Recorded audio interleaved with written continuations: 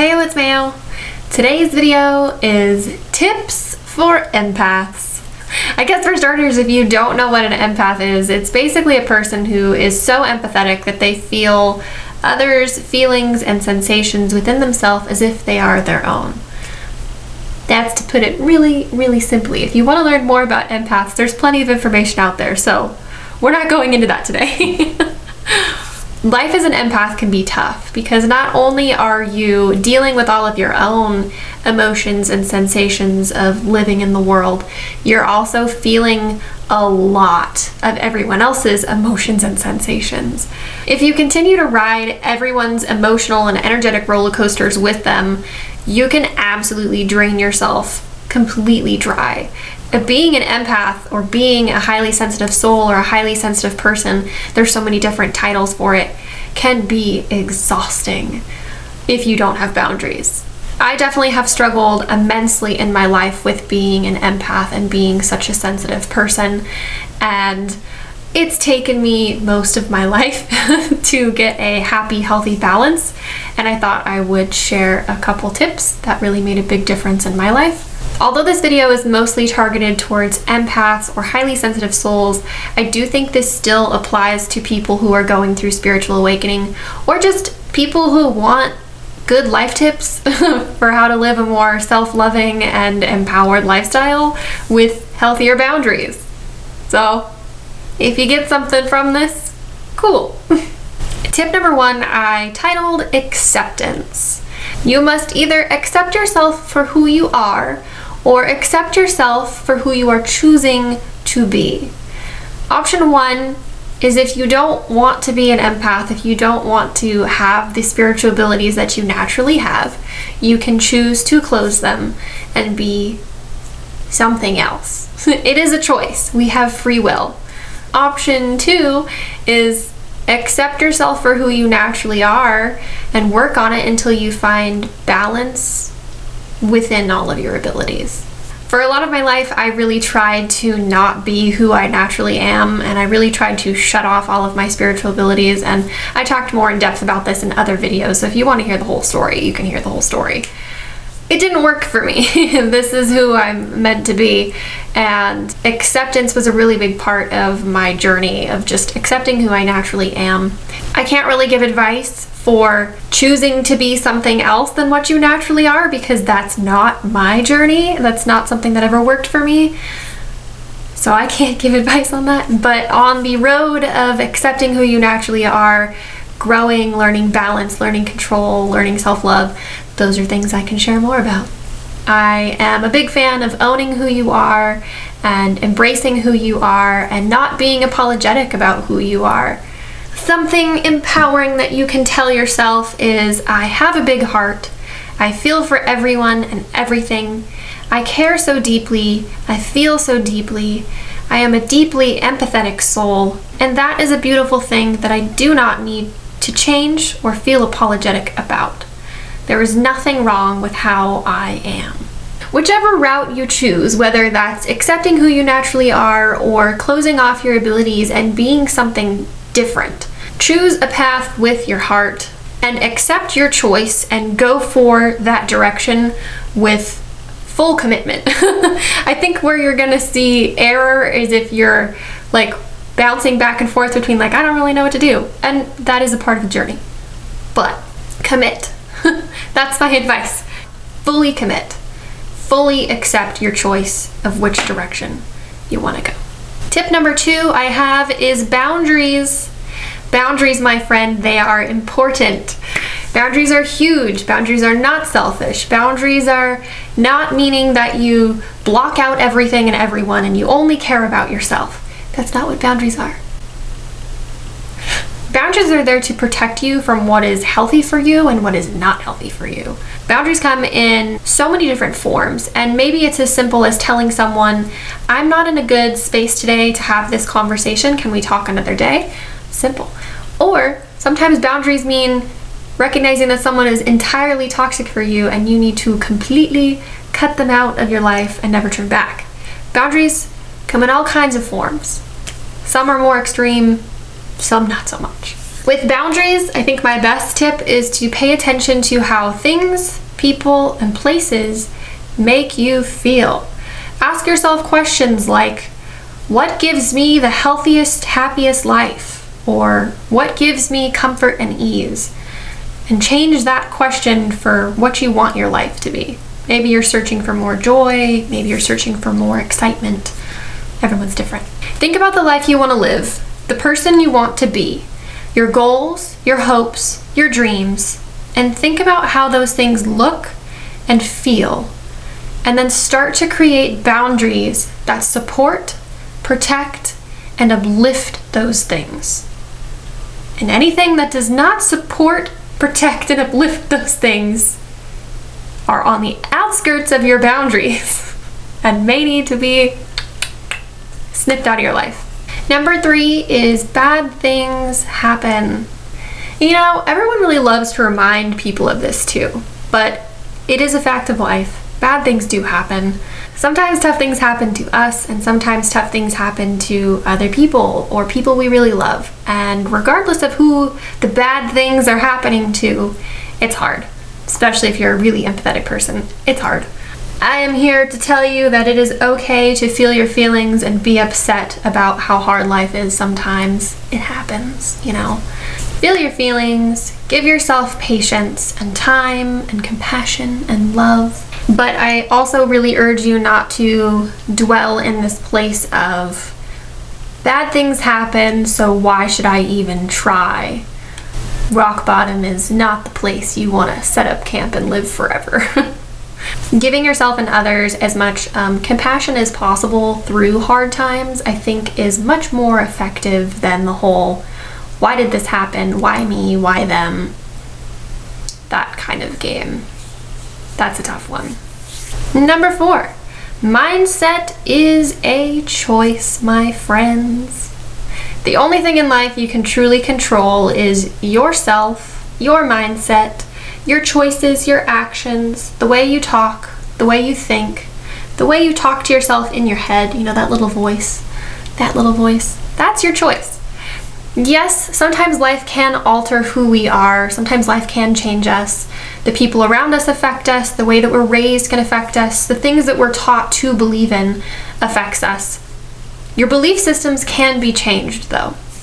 Anything in terms of your thoughts, your actions, your voice, all of that stuff, it can all be changed. Granted, sometimes changing those things takes a lot of time and consistency and help from maybe a professional. Big fan of therapy over here. But mindset is a choice, and you can choose to change any of those things that I just listed and move forward in life in a direction that makes you happy and feels empowered. Number 5, take responsibility for you. You know, in this whole video, and this is a blog post as well, I'm not really talking about other people at all. We're just focusing on you and how you look at yourself and your boundaries and where you're choosing to set them and how you're reacting to the world and what's going on internally. I think from my perspective, taking self-responsibility is a really big part of how you can live a more empowered life. Understanding what things are and aren't in your control, learning to take responsibility for yourself, learning to take care of yourself, to love yourself, to live the life that you want to live here. That's all in that whole realm of taking responsibility, take initiative, right? I really love that saying of put your life preserver on before you go trying to put a life preserver on someone else. Because if you go trying to save other people while you don't have your life preserver on, you're going to drown and you won't be able to help anybody. If you put your life preserver on first, then you have all these options, all the things you could do. That's really the bottom line of this point is take care of you first. Take responsibility for you first. And then you have the ability to worry about the rest. Last but not least, number 6 is you have a gift. Life is a gift. The abilities that you have are a gift. You are a gift. It's all blessings. Although I respect your choice if you do not want to be an empath and you choose to close off your abilities and not really use them. I respect it.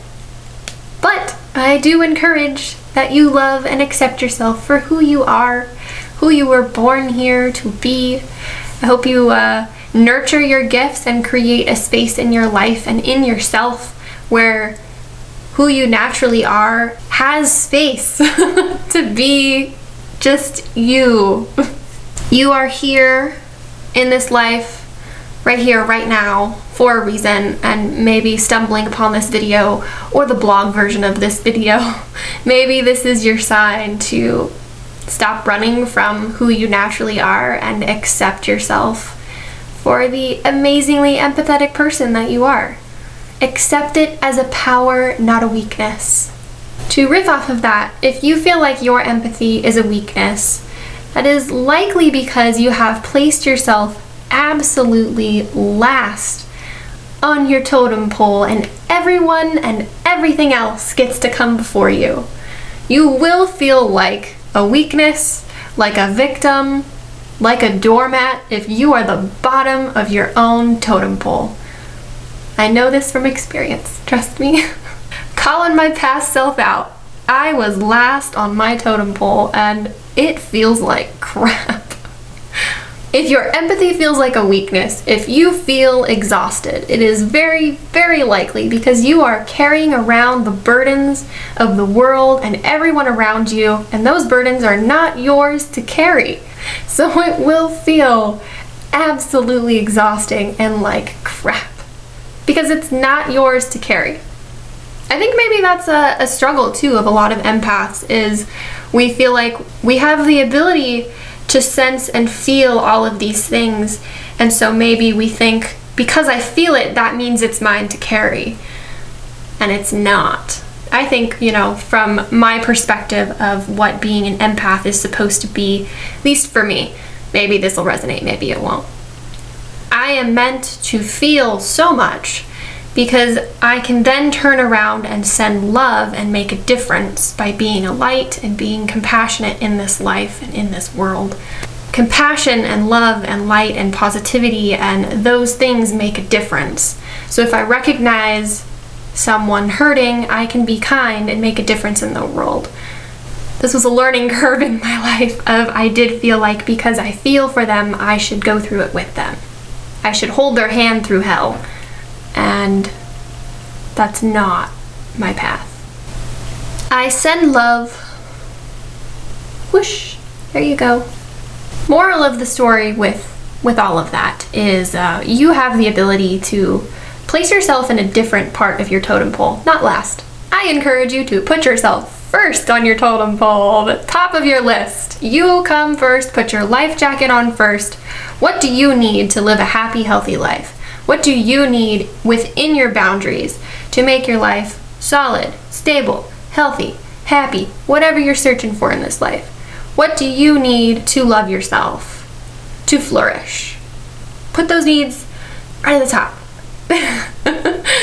And then when your life jacket's all zipped on and tight and ready to go, then you could deal with the rest, right? That's healthy, right? I am here to remind you, my friends, that you are not here as an empath in this beautiful world to be everyone's frickin' doormat. Don't be their doormat. I think that's definitely how it felt for me for most of my life, is that being an empath, I just felt like everyone's doormat. Spirits and living. I was everybody's doormat. I was everyone's bucket that they just get to scoop from or dump their things on, and I'm the pack mule that carries all the baggage.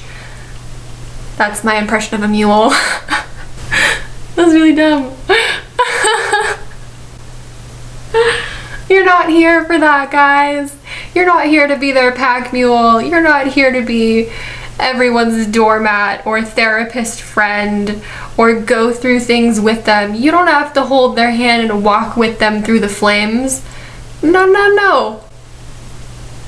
Change the narrative, guys. You don't have to be that. There are so many other things you can do. than be a doormat. Anyway, I think I'm gonna end this here and go. If you take anything away from this video, I encourage you to embrace and love yourself for whoever you are. And I send you love and compassion in whatever road you take forward in life. I salute you. I wish you luck. Be sure to like this video if you liked it. Subscribe to my channel if you want to come back for more. And if you ever have any questions, comments, or video topic requests, you can always leave it in the comments below my videos. I do try to come around to it. Most of the topics on my YouTube channel now, they are done in both blog form and video form because I like to make things accessible, enjoyable, and digestible for as many people as possible. Thanks for coming to my corner of the internet. I may go take a nap now. Classic male.